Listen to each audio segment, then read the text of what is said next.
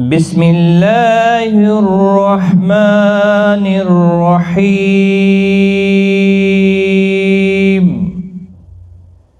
اللهم اهدني فيمن هديت، وعافني فيمن عافيت، وتولني فيمن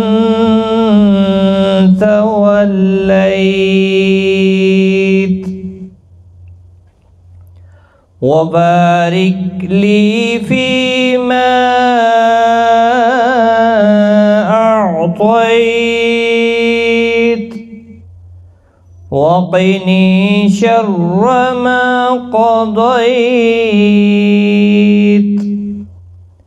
فإنك تقضي ولا يقضى عليك، إنه لا يذل من واليت، ولا يعز من عاديت. تباركت ربنا وتعاليت.